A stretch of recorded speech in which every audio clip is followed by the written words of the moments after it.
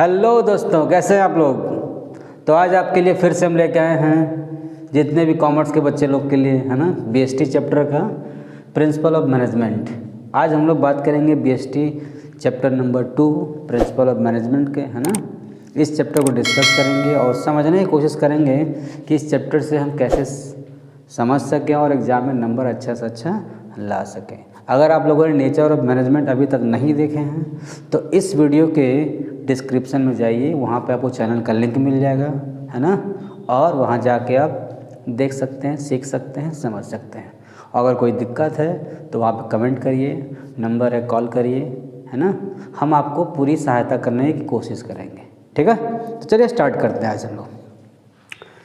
Principal of management, नाम ही से लग रहा है कि ये मैनेजमेंट है और प्रिंसिपल। तो कहता है कि एक तो आप समझ में आ रहा है कि कोई भी आदमी अगर जी रहा हो, अब हम पता है बिजनेस भी एक आर्टिफिशियल पर्सन है, मीन्स वो भी एक आदमी की तरह बिहेव करता है। तो जाहिर सी बात है जब एक इंसान के अपने प्रिंसिपल होते हैं कि हमारा अपना नियम है, तो कंपनी का भी एक अपना नियम होगा, मीन्स मैनेजमेंट का भी कोई अपना एक सिद्धांत होगा जिस सर्टेन रूल्स एंड रेगुलेशन पे वो हमेशा वर्क करती है, ठीक है ना। तो उसी के बारे में डिस्कस करेंगे कि मैनेजमेंट के क्या क्या प्रिंसिपल हैं और प्रिंसिपल ऑफ मैनेजमेंट कौन लोग दिए हैं उनके बारे में जानेंगे, ठीक है। तो स्टार्ट करते हैं डेफिनेशन से। तो डेफिनेशन में कहता है कि principle of management are broad and general guideline है। क्या है? प्रिंसिपल में बहुत बड़ा कॉन्सेप्ट है और उसके जनरल गाइडलाइन का मतलब नॉर्मल गाइडलाइंस हैं। जैसे कि आप स्कूल में जब जाते हैं तो आपको हमेशा बताया जाता है कि स्कूल में आपको क्या करना है, जिससे हमको साफ चल जाता है पता क्या नहीं करना है कि नहीं। तो आपको एक बाउंड्री बताया जाता है कि आपको क्या करना है और क्या नहीं करना है, ठीक है। तो इसी तरह से मैनेजमेंट के भी कुछ रूल्स हैं जिसको बोलते जनरल गाइडलाइंस, और ये फ्लेक्सिबल होते हैं। It can be changed with the situation, with the environmental condition. ये फिक्स नहीं है, रिजिड नहीं होते कभी प्रिंसिपल, तो इसीलिए इसको एक जनरल गाइडलाइन माना गया है, ठीक है। फॉर मैनेजरियल डिसीजन मेकिंग, जाहिर सी बात है जो मैनेजर्स होते हैं जब वो कोई डिसीजन लेते हैं तो वो कोशिश करते हैं, या वो अपने से कोई डिसीजन नहीं लेते हैं, वो हमेशा क्या करते हैं, प्रिंसिपल ऑफ मैनेजमेंट को अप्लाई करते हैं और समझते हैं कि ये प्रिंसिपल ऑफ मैनेजमेंट की जनरल गाइडलाइन से क्या उसमें अप्लाई हो रहा है कि नहीं, क्योंकि अप्लाई होना ही होना है। तो प्रिंसिपल ऑफ मैनेजमेंट क्या है, एक बहुत ही बड़ा कॉन्सेप्ट है और एक छोटा सा जनरल गाइडलाइंस होता है। किसी भी फर्म में, किसी भी कंपनी में, किसी भी स्कूल में, कहीं पे भी जाइए आप, कुछ ना कुछ रूल्स मिलेंगे। चाहे आप अपने घर पे ही क्यों ना रहते हो, तो पापा या मम्मी कुछ ना कुछ रूल बना कर रखे हैं कि इतने बजे घर आ जाना है, इतने बजे उठ जाना है, इतने बजे पढ़ना है। आप खुद पढ़ते हो, टाइम टेबल सेट करते हैं, मैंने आपका एक प्रिंसिपल बना के चलते हैं, डिसिप्लिन जिसको बोला जाता है, ठीक है। तो कहते हैं कि प्रिंसिपल ऑफ मैनेजमेंट क्या है, मैनेजमेंट टीम को हेल्प करती है डिसीजन लेने में, ताकि वो चीज़ों को और बेहतरीन तरीके से अचीव कर सके, उसको इम्प्लीमेंट कर सके उस बिजनेस में, उस पार्टिकुलर सिचुएशन में, ठीक है। तो उसी के बारे में पढ़िए, बिहेवियर के बारे में होता है। अब जाहिर सी बात है कि हम मैनेज जो करते हैं, मैनेजमेंट करते हैं, वो दो चीज़ों को करते हैं हमेशा। कोई भी कंपनी में हमेशा दो ही चीज़ मैनेज किया जाता है, पहला कैपिटल और दूसरा एम्प्लॉय। समझ रहे बात को नहीं, पहला कैपिटल और दूसरा एम्प्लॉय। तो हम लोग अभी जो पढ़ रहे हैं पूरी तरीके से एम्प्लॉय की बात करेंगे। तो एम्प्लॉय को मैनेज करना मतलब उसके बिहेवियर को रीड करना। जब तक हम उसके बिहेवियर को नहीं समझेंगे कि वो किस टेम्परामेंट का, किस माइंडसेट का बंदा है, तब तक उसको हम मोटिवेट, इंस्पायर या मैनेज नहीं कर पाएंगे, ठीक है ना। तो प्रिंसिपल ऑफ मैनेजमेंट इसी के बारे में डिस्कस करेंगे हम लोग आज। तो आज हम लोग देखते हैं इसके बाद नेचर ऑफ मैनेजमेंट, कि मैनेजमेंट का नेचर क्या है इसमें, या nature of principle of management.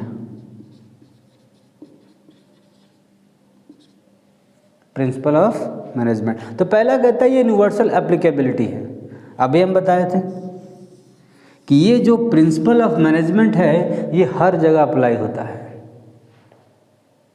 बात समझ में आ रहा है कि नहीं आप लोगों को, कि ये जो प्रिंसिपल ऑफ मैनेजमेंट मतलब मैनेज, किसी भी चीज़ को मैनेज करना, रास्ते में चलते हैं तब भी मैनेज करते हैं, घर में रहते हैं तब भी मैनेज करते हैं, किचन कहाँ होना चाहिए, बाथरूम कहाँ होना चाहिए, अगर घर में हैं तो फ़ैन कहाँ होना चाहिए, एवरीथिंग शुड बी मैनेज्ड और वेल मैनेज्ड मैनर। तो ये सारा क्या है, प्रिंसिपल ऑफ मैनेजमेंट का ही पार्ट है कि आप कोई भी काम करिए वेल मैनर में ही होना चाहिए। अगर आप लोग को अभी हम पढ़ा रहे हैं, पढ़ा इधर है, कैमरा इधर लगाए रहेंगे तो कैसे अच्छा लगेगा आप लोगों को, नहीं ना, वो मिस मैनेजमेंट का पार्ट हो जाएगा। इसलिए कहता है कि यूनिवर्सल एप्लीकेबिलिटी है, हर जगह अप्लाई होता है ये। Every kind of businesses work in organisation और work in environment should apply principle of management. ठीक है, अब क्या है, जनरल गाइडलाइंस अभी बताएं। एक जनरल गाइडलाइंस दिया जाता है जो हम लोगों या बिजनेस में लोगों को अप्लाई करना पड़ता है मैनेजमेंट में। ठीक है, अब क्या है, formed by practice and experimentation. ये फॉर्म जो किया जाता है वो एक्सपेरिमेंट और प्रैक्टिस के बेस पर, ये नहीं कि अपने मन से आया एक रूल बना दिए, नहीं, ऐसा नहीं होना चाहिए। रूल तब बनता है जब हम किसी बिजनेस में किसी तरह का अगर प्रॉब्लम अगर होता है तो उस प्रॉब्लम को सॉल्व करने के लिए प्रिंसिपल बनाए जाते हैं। जैसे अगर हम बात करें, एक एग्जांपल लेते हैं कि क्या आप लोगों को लगता है कि जब भी कोई फर्म स्टार्ट हुई होगी इनिशियली तो रेसिडेंशियल उन लोगों को रहने के लिए घर मिलता होगा? इनिशियली जब कंपनी फॉर्म हुई होगी भारत में तो कभी भी किसी एम्प्लॉय को रहने के लिए एकोमोडेशन नहीं मिलता होगा। तो सवाल ये कि एकोमोडेशन, घर रहने की जो प्रक्रिया हुई वो स्टार्ट कैसे हुआ? प्रॉब्लम की वजह से, प्रैक्टिस के बेस पे। जब कंपनी के जितने ओनर्स थे उन्होंने ऑब्जर्व किया कि जो भी एम्प्लॉय यहाँ काम करने के लिए आ रहे हैं वो 10 किलोमीटर 8 किलोमीटर साइकिल चला के आते हैं तो वो थक जा रहे हैं। अब जब थक जाएंगे तो काम करने की एफिशिएंसी क्या हो जाएगी? कम हो जाएगी। तो उस प्रॉब्लम को सॉल्व करने के लिए रेसिडेंशियल या फिर उन लोग रहने की व्यवस्था की गई। तो ये क्या है, पूरी तरह से प्रैक्टिस और एक्सपेरिमेंटल के बेस पे है कि हमने देखा कि ये प्रॉब्लम अकर कर रहा है, इस पर क्या किया जाए। प्रैक्टिस देखो जाएगा, सोचा गया, एक्सपेरिमेंट किया गया, फिर नया रूल अप्लाई कर दिया गया। पहले क्या लगता है कि जब इनिशियल स्कूल रहा होगा तो क्या सब में यूनिफॉर्म रहा होगा? नहीं। तो यूनिफॉर्म कैसे आ गया? दिखा कि यहाँ पे जब स्कूल ओपन होता है, जब बच्चे अलग अलग, कोई बच्चा अमीर है तो अच्छा कपड़ा पहन के आया है, कोई गरीब है तो थोड़ा ख़राब कपड़ा पहन के आया हुआ है। तो इस डिस्क्रिमिनेशन से बचाने के लिए मैनेजमेंट ने फिर से रूल लिया कि अब हम यूनिफॉर्म करें। Uni means same, form means dress. क्या होता है? यूनिफॉर्म डिसाइड किया कि अब चाहे किसी भी कैटेगरी का बच्चा हो, किसी भी क्लास का बच्चा हो, किसी भी रिलीजन का बच्चा हो, किसी भी कास्ट का बच्चा हो, उससे कोई मतलब नहीं है। अगर आप यहाँ पढ़ने के लिए आ रहे हैं then you have to follow some rules. आपको वो यूनिफॉर्म पहनना पड़ेगा जो कि सबके लिए इक्वल है ना। तो ये देख रहे हैं, पूरा प्रैक्टिस और एक्सपेरिमेंट के बेस पे आया कि हमने उनको ऑब्जर्व करा कि वो प्रॉब्लम हो रहा है, फिर उसका सॉल्यूशन क्या होना चाहिए, फिर हमने एक सॉल्यूशन दिया। ठीक है, तो इसी तरह से कहते हैं कि ये क्या है, formed by practices and experiment. ठीक है, नेक्स्ट क्या है, फ्लेक्सिबल। अभी हम बताएं कि प्रिंसिपल ऑफ मैनेजमेंट एक जनरल गाइडलाइन है जो बदल भी सकता है। क्योंकि अभी हम क्या बताएं, प्रिंसिपल ऑफ मैनेजमेंट जो बनाए जाते हैं वो प्रॉब्लम को सॉल्व करने के लिए बनाए जाते हैं, प्रॉब्लम को क्रिएट करने के लिए नहीं बनाए जाते हैं। जैसे किसी ऑफिस में अगर आप काम कर रहे हैं यहाँ, ठीक है, तो क्या वहाँ पे आपको अगर कुछ बताया ना जाए ज्वाइनिंग करने के बाद कि आपको कब आना है, ठीक है, तो आप कब जाएंगे स्कूल, कब जाएंगे ऑफिस काम करने के लिए? आपको टाइम ही नहीं पता है। कुछ एम्प्लॉय 9 बजे पहुँचेंगे, कुछ लोग 2 बजे पहुँचेंगे, कुछ लोग 3 बजे पहुँचेंगे, क्योंकि वहाँ पर टाइम नहीं है। तो टाइम का पता होना ज़रूरी है। जैसे स्कूल आप लोगों का क्या है, गर्मी में सुबह 7 से स्टार्ट हो जाता है, ठंडी जब होता है तो सुबह 10 बजे स्कूल चलता है। That means flexible. हम रिजिड नहीं हैं। प्रिंसिपल ऑफ मैनेजमेंट कभी भी रिजिड नहीं होता है। वो कहता है कि जैसा सिचुएशन होता है वैसा हम रिएक्ट करते हैं ताकि लोगों को प्रॉब्लम ना हो। ठीक ना। नेक्स्ट क्या है, मेनली बिहेवियर। ये पूरी तरह से बिहेवियर पर डिपेंड करता है। अभी हम बताए थे कि प्रिंसिपल में किसके बारे में हम बात कर रहे हैं, एम्प्लॉय के बारे में बात कर रहे हैं। क्योंकि BST का जो पार्ट 2 है वो पूरी तरह से फाइनेंशियल मैनेजमेंट को लेकर डिस्कस किया हुआ है, और पार्ट 1 जो है पूरी मेनली बिहेवियर को लेकर हम बात करेंगे। जो आप बिहेवियर किसके पास होता है, वो एम्प्लॉय के पास होता है, जो ह्यूमन होते हैं, तो उसके बारे में डिस्कस करना है इसमें हम लोग को, ठीक है ना। अब हम लोग बात करेंगे significance of principle of management. तो significance of principle of management की प्रिंसिपल ऑफ मैनेजमेंट की क्या क्या सिग्निफिकेंस है, ठीक है ना। पहला क्या है, प्रोवाइडिंग मैनेजर्स, मैनेजर को क्या प्रोवाइड करते हैं, useful insights into reality. Means managers को हमेशा हेल्प करते हैं आपको राइट डिसीजन लेने में with the help of principle of management. इसको यूजफुल इंसाइट्स, आपको यूजफुल इन्फॉर्मेशन जो कि principle of management already contain है उसको आप पढ़िए और समझिए, और उससे आप रियलिटी में, मार्केट में इम्प्लीमेंट या बिजनेस में इम्प्लीमेंट करिए, जिससे आपको हमेशा हेल्पफुल मिलेगा, फ़ायदा मिलेगा। दूसरा क्या है, optimum utilisation of resources. Managers या मैनेजमेंट टीम को हमेशा ये हेल्प करती है कि आप अपने रिसोर्स जो भी आपके पास हैं उसका आप मैक्सिमम कैसे यूज कर पाएंगे, ये भी हेल्प करती है, ठीक है। नेक्स्ट क्या है, साइंटिफिक डिसीजन। अभी हम बताए थे कि हम कोई भी काम यहाँ ऐसा नहीं करेंगे जो पूरी तरह से प्रैक्टिस और एक्सपेरिमेंट ना हो। अगर वो पूरी तरीक़ा से अप्लीकेबल होगा तभी अप्लाई करेंगे, अदरवाइज नहीं करेंगे। तो ये पूरी तरह का साइंटिफिक होता है कि जो भी हम काम करेंगे वो पूरी तरह से अप्लीकेबल होना चाहिए, अगर नहीं है तो उस पर हम दिमाग नहीं लगाएंगे, ठीक है ना। नेक्स्ट क्या है, meeting the changing environment requirement. अभी हम बताए थे चेंजिंग इन्वायरमेंट रिक्वायरमेंट, क्योंकि प्रिंसिपल ऑफ मैनेजमेंट फ्लेक्सिबल है, रिजिड नहीं है। फ्लेक्सिबल का मतलब इन्वायरमेंट को जिस तरह की नीड होती है सिचुएशन की या जिस तरह के रूल्स की, उस तरह के रूल्स को अडॉप्ट करती है और इन्वायरमेंट कंडीशन के रिक्वायरमेंट के अकॉर्डिंग अपने आप को अडॉप्ट करके मार्केट में रन करती हैं। जैसा एग्जांपल, कोविड जब अचानक से आ गई, उसके पहले देश बहुत ज़्यादा कम डिजिटल ट्रांजेक्शन करती थी, लेकिन जैसे आज आने से डिजिटली प्लेटफॉर्म को एक बूम मिला, गूगल पे, फ़ोनपे, पेटीएम, कोविड के आने से, क्योंकि कोविड के आने मार्केट बंद हो गए थे, ट्रांजेक्शन्स बंद हो गए थे, तो ट्रांजेक्शन तो करना था, क्योंकि बिजनेस कहता है कि हम डायनेमिक हैं, क्योंकि उस पर मैनेजमेंट काम करे। मैनेजमेंट कहते हैं हम डायनेमिक है, हम किसी भी सिचुएशन में रुकेंगे नहीं, थकेंगे नहीं और कभी भी हारेंगे नहीं। We have to make a new path to continue the businesses, ठीक है ना।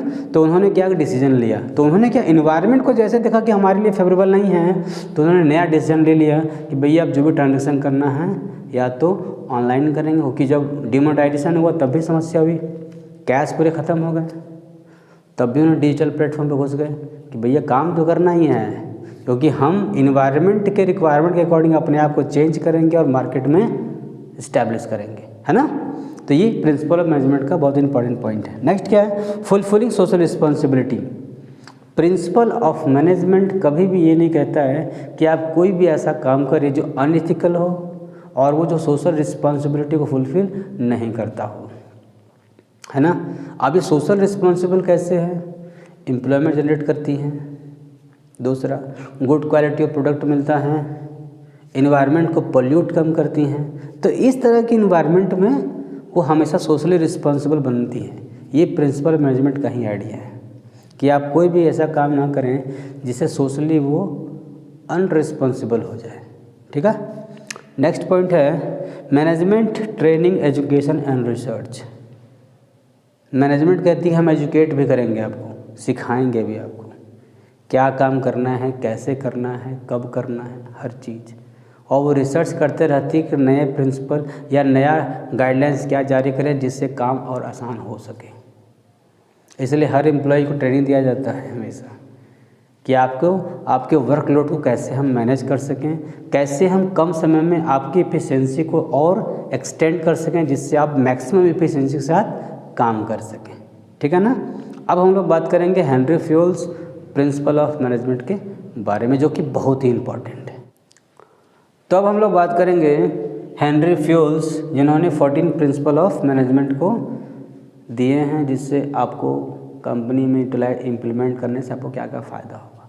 तो इनको एक्सपीरियंस कहाँ से मिला, पहले इनके ब्रीफ हिस्ट्री बारे में थोड़ा समझते हैं, ठीक है। तो हेनरी फ्यूल का जन्म 1841 और उनका जो लास्ट देहांत हुआ उनका 1925 को, ठीक है ना। इनका जीवन काल चला यहाँ तक। तो इन्होंने माइनिंग की डिग्री लिए थे, है ना। माइनिंग डिग्री लेने के बाद इन्होंने ज्वाइन किए थे French mining company 1960 as a engineer, क्योंकि उन्होंने माइनिंग की जो डिग्री लिए थे उन्होंने इंजीनियरिंग किए हुए थे, है ना। इंजीनियरिंग करने के बाद उनका जो जॉब लगा था फ्रेंच माइनिंग कंपनी 1960s में एज ए इंजीनियर की पोस्ट पे।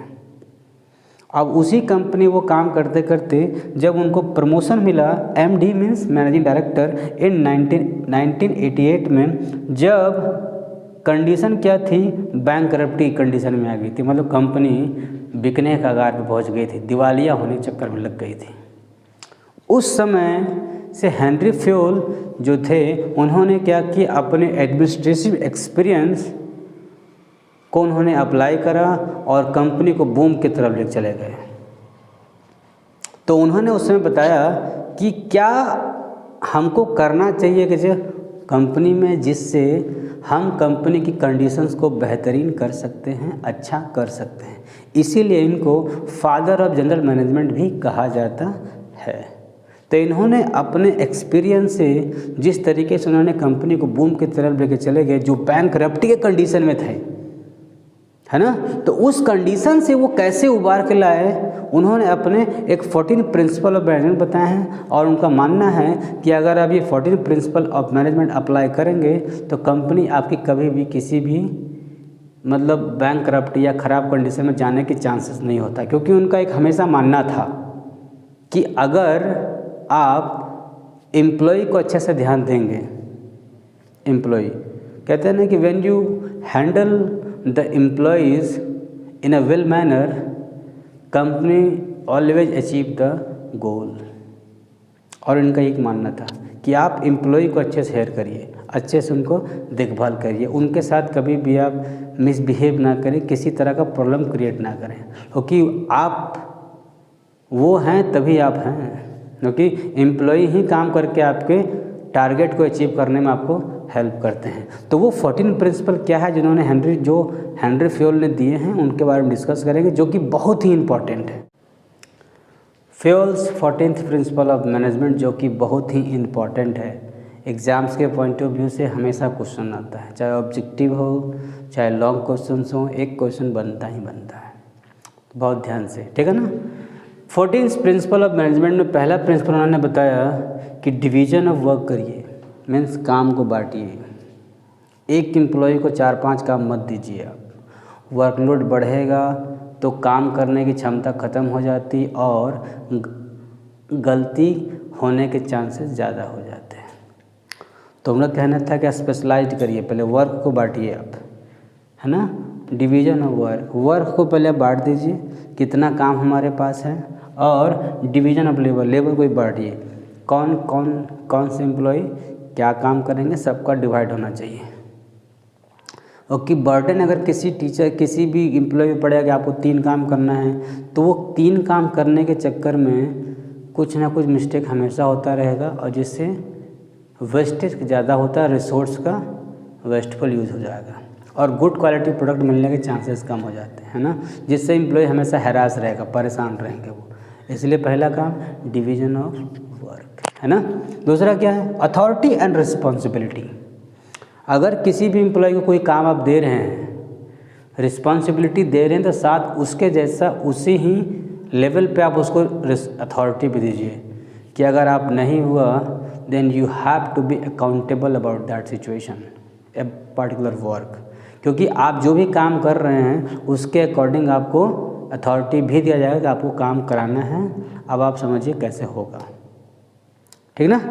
इसलिए कहा कि किसी को अगर आप काम दे रहे हैं तो उसके साथ उसको अथॉरिटी भी दीजिए। वो आपके डिसीजन का वेट करेगा तो वो काम कब करेगा, तो उसको रिस्पॉन्सिबिलिटी भी दीजिए, साथ साथ उसको अथॉरिटी भी असाइन करिए, ठीक ना। नेक्स्ट क्या है, डिसिप्लिन। बहुत ही ज़्यादा ज़रूरी है कि इन्वायरमेंट में हमेशा, उस वर्किंग इन्वायरमेंट में, बिजनेस में हमेशा डिसिप्लिन मेंटेन करिए। किसी भी इनडिसिप्लिन एक्टिविटी को टॉलरेट मत करिए, क्योंकि वहाँ पर रहने वाले लोग हमेशा इससे इरिटेट होते हैं। इरिटेट होंगे तो वहाँ की जो काम करने की एफिशिएंसी होती है वो डाइवर्ट हो जाते हैं, वो काम अच्छे से नहीं हो पाता, इसलिए डिसिप्लिन को मेंटेन करना बहुत ज़रूरी है, ठीक ना। नेक्स्ट क्या है, यूनिटी ऑफ कमांड। उन्होंने कहा कि यूनिटी ऑफ कमांड कि मतलब जो भी आपको इन्फॉर्मेशन या जो भी आपको काम बताया जाए किसी को भी, तो कोई एक सुपीरियर हो, एक बॉस हो जो सबको डायरेक्शन दे। ये नहीं होता है कि एक बंदा हम बैठे हुए 50 लोग डायरेक्शन दे रहे हैं, तुम ये करो, तुम वो करो, तुम ये करो। नहीं, ऐसा नहीं होना चाहिए। कमांड जो मिलना चाहिए एक जगह से मिलना चाहिए हमेशा, जिससे क्या होता है वो फोकस रहता है और उसको पता होता है कहाँ से क्या पूछना है, ठीक है ना। तो यूनिटी ऑफ कमांड होना बहुत ज़रूरी है। नेक्स्ट क्या है, यूनिटी ऑफ डायरेक्शन। जाहिर सी बात है, अगर हम किसी फर्म में काम कर रहे हैं या किसी कंपनी में काम कर रहे हैं तो कंपनी का एक कॉमन गोल होता है ना। कंपनी का एक कॉमन गोल होता है, तो सबका डायरेक्शन क्या होता है, कंपनी गोल को अचीव करना, ठीक है ना। तो यूनिटी ऑफ डायरेक्शन में आपको काम करना है। आपको ये नहीं करना है कि कंपनी काम से हमको क्या मतलब है, नहीं सोचना है ऐसा। आप किसी कंपनी में अगर काम कर रहे हैं तो आपको 100% आपको अपना देना होगा, ताकि अगर कंपनी गोल अचीव करेगी तो कंपनी आपके बारे में भी सोचेगी, ठीक है ना। नेक्स्ट कहता है subordinate of individual interest to general interest. इनका मानना था कि जाहिर सी बात है कि कंपनी और एम्प्लॉय, कंपनी के अपने गोल हैं और एम्प्लॉय के अपने गोल हैं। ओके, एम्प्लॉय काम करने के लिए गया हुआ है सैलरी के लिए और कंपनी काम करवा रहा है प्रॉफिट कमाने के लिए। सबके अपने अपने गोल हैं। तो कंपनी का जो गोल है वो जनरल इंटरेस्ट है और सबऑर्डिनेट जो काम कर रहे हैं उसका कौन सा इंटरेस्ट है, इंडिविजुअल इंटरेस्ट है। तो दोनों को सबऑर्डिनेट करना। मैनेजमेंट कहती है कि आप कंपनी गोल को लेकर फोकस करिए रादर देन आप पर्सनल इंटरेस्ट को लेकर, क्योंकि कंपनी गोल अगर अचीव होगा तो कंपनी आपके बारे में बहुत कुछ सोच रही है, मैनेजमेंट आपके बारे में बहुत कुछ सोच रही है। लेकिन अगर आप सेल्फिश बन जाएंगे और सिर्फ अपने बारे में सोचेंगे और कंपनी के गोल को अचीव करने में अगर आप हेल्प नहीं करेंगे तो कंपनी आपको बहुत ज़्यादा दिन तो टॉलरेट नहीं करेगी, आपको वहाँ से निकाल दिया जाएगा। क्योंकि मैनेजमेंट एक ग्रुप एक्टिविटी है, आप इंडिविजुअल कुछ नहीं कर सकते जब तक आपके पास टीम नहीं हो, और टीम में एक दूसरे के बीच कोऑर्डिनेशन का होना बहुत ज़रूरी है। और कोऑर्डिनेशन चैप्टर हमने लास्ट वीडियो में nature and significance of management में हमने पढ़ाया हुआ है। आप जाके डिस्क्रिप्शन में वीडियो का लिंक मिल जाएगा, वहाँ से देखिए, आपको समझ में आएगा, ठीक ना। नेक्स्ट पॉइंट क्या है, रिन्यूमरेशन। कोई भी एम्प्लॉई काम करने की क्षमता को तभी वो इफ़िशेंसी को एक्सटेंड करता है जब उसको सैलरी अच्छा मिले या उसके हिसाब से मिलता हो, है ना। कि जब तक उसको सैलरी हैंडसम सैलरी या जेन्युइन सैलरी जितना वो डिजर्व करता है अगर उतना उसको नहीं मिलेगा तो वो काम ज़रूर करेगा लेकिन वहाँ से भागने के फिराक में रहेगा। क्यों? क्योंकि वो उसको उतने पैसे से काम नहीं हो रहा है तो वो हमेशा भागने के मूड में रहेगा। तो ऐसा मत करिए आप उसको रिन्यूमरेशन इतना ज़रूर दिए जिससे वो खुश हो, काम करे और जान लगा के काम करे, ठीक ना। तो रिन्यूमरेशन मीन्स सैलरी उसको अच्छा देना बहुत ज़रूरी है ताकि वो मेंटली, जैसे कहते हैं मेंटली अगर सेटिस्फाइड नहीं है तो वो काम अच्छे से नहीं कर पाएगा, ठीक ना। नेक्स्ट क्या है, सेंट्रलाइजेशन एंड डिसेंट्रलाइजेशन। पावर को सेंट्रलाइज टॉप मैनेजमेंट अपने पास रखे लेकिन ज़रूरत के पावर को, ज़रूरत के चीज़ों को, ज़रूरत के अथॉरिटीज़ को वो डिसेंट्रलाइज भी करें। क्योंकि अगर सारा पावर आप अपने पास रखेंगे तो आप परेशान होंगे, सारे लोग आप ही से पूछने के लिए आएंगे। ये भी मत करिए आप, कुछ पावर अपने पास रखिए और कुछ को वो डिसेंट्रलाइज करिए, पावर को डिस्ट्रीब्यूट कर दीजिए अथॉरिटी को, जिससे क्या हो काम आपका आसानी से होता चला जाएगा। नेक्स्ट क्या है, स्केलर चेन। स्केलर चेन का मतलब कहता है कि हमेशा जो आपको पावर में, जो आपको अथॉरिटी मिलता है, जो भी आपको रिस्पॉन्सिबिलिटी मिलेगा वो हमेशा टॉप टू लोवेस्ट होता है। कि ऊपर वाले लोग ही आपको रिस्पॉन्सिबिलिटी बताएंगे और काम बताएंगे, है ना, और आपकी जिम्मेदारी है कि आप उसको कंप्लीट करें। तो उनके पास अथॉरिटी होता है, आपको रिस्पॉन्सिबिलिटी देंगे, आपको कंप्लीट करना होगा। ये स्केलर चेन का पार्ट है, ठीक है। नेक्स्ट क्या है, ऑर्डर, है ना। ऑर्डर का मतलब कहता है कि एक सीक्वेंशियल होना चाहिए, हमेशा हर काम पैटर्न होना चाहिए। कोई भी काम आप मतलब अननेसेसरी ना करें। जैसे कि देखते हैं जब भी लोग घर बनाते हैं तो पार्किंग हमेशा घर के सामने ही होता है, पीछे कभी नहीं होगा, और ये ऑर्डर में होता है। सीक्वेंशियल होना चाहिए हमेशा, काम करने का तरीका हमेशा सीक्वेंशियल होना चाहिए ताकि आप डिस्टर्ब ना हो सकें, डिस्ट्रैक्ट ना हो सकें, इनका ये भी मानना था। नेक्स्ट क्या है, इक्विटी, सबको इक्वली देखना है वहाँ। अगर किसी फर्म में सारे एम्प्लॉय हैं तो आप भी एम्प्लॉय हैं, हम भी एम्प्लॉय हैं, पोस्ट से मतलब नहीं है, पोस्ट से रिस्पेक्ट बढ़ जाता है, लेकिन इक्वालिटी हमेशा होनी चाहिए क्योंकि यहाँ पे टीम वर्क काम करते हैं। उनका कहना था कि आप जब इक्विटी पे हमेशा फोकस करिए। नेक्स्ट क्या है, stability of tenure of personal, कोई भी एम्प्लॉय जब आपके यहाँ काम कर रहा है तो उसको स्टेबिलिटी दीजिए कि आप घबराइए नहीं, आपका जॉब सिक्योर है, आपको टेंशन लेने की ज़रूरत नहीं है, फ्री माइंड होकर काम करिए आप। वो स्टेबिलिटी देने से एम्प्लॉय फ्री माइंड हो जाता है और उसकी काम करने की एफिशिएंसी बढ़ जाती है ना। नेक्स्ट क्या है, इनिशिएटिव, इनिशिएटिव दीजिए हमेशा। कोई अगर एम्प्लॉय अगर कोई भी काम करना चाह रहा है, उसके दिमाग में कोई आइडिया है तो उसको हेल्प करिए इनिशिएटिव लेने में कि आप अपना आइडिया लेको बताइए। अगर आइडिया आपका अच्छा लगेगा तो हम उसको एक्सटेंड करेंगे, नहीं होगा तो हम उसके डिमेरिट्स बता के आपको बताएंगे कैसे गड़बड़ है ये, ताकि उसके अंदर मैनेजरियल स्किल डेवलप हो सके। ठीक है, तो इनिशिएटिव लेने में उसको हमेशा हेल्प करिए आप। नेक्स्ट क्या है, स्पिरिट दी करप्ट्स, इसका मतलब होता है टीम वर्क। कोई भी काम आप जब करिए तो पूरी तरह से टीम वर्क पे होना चाहिए, ठीक है ना। तो ये थे हमारे क्या फ्यूल्स के 14 प्रिंसिपल ऑफ मैनेजमेंट, जो कि बहुत ही इंपॉर्टेंट है। ये देखिए पूरा जो है एम्प्लॉय को लेकर बात किया गया है कि अगर एम्प्लॉय अच्छे से, आप अगर कहते हैं ना कि एम्प्लॉय को अच्छे से पालना बहुत ही मुश्किल काम है, और जिन लोगों ने एम्प्लॉय को पालना सीखा वो आज ब्रांड बने हुए हैं। तो इम्पॉर्टेंट क्या है कि एम्प्लॉय को पालना सीखें, क्योंकि हेनरी फ्यूल का ही मानना था कि एम्प्लॉय को अगर आप अच्छे से पालना सीख गए हैं तो आप कोई भी कंपनी को आगे लेके जा सकते हैं, क्योंकि कंपनी को आगे लेकर जाने का काम सिर्फ एम्प्लॉय ही करते हैं। हमारे पास सिर्फ आइडिया है, कैपिटल है, लेकिन इम्प्लीमेंट वही लोग करते हैं। तो उनको पालना बहुत ज़रूरी है और वेल मैनर्ड में। तो इनका यही मतलब था पूरा, ठीक है ना। तो आज के लिए इतना ही। नेक्स्ट वीडियो हम लोग बात करेंगे साइंटिफिक मैनेजमेंट के बारे में और कुछ इसके जो छोटे हुए टॉपिक्स हैं उसके बारे में, ठीक है ना।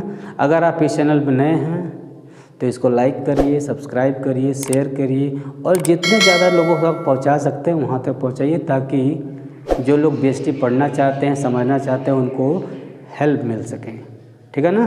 तब तक के लिए थैंक यू।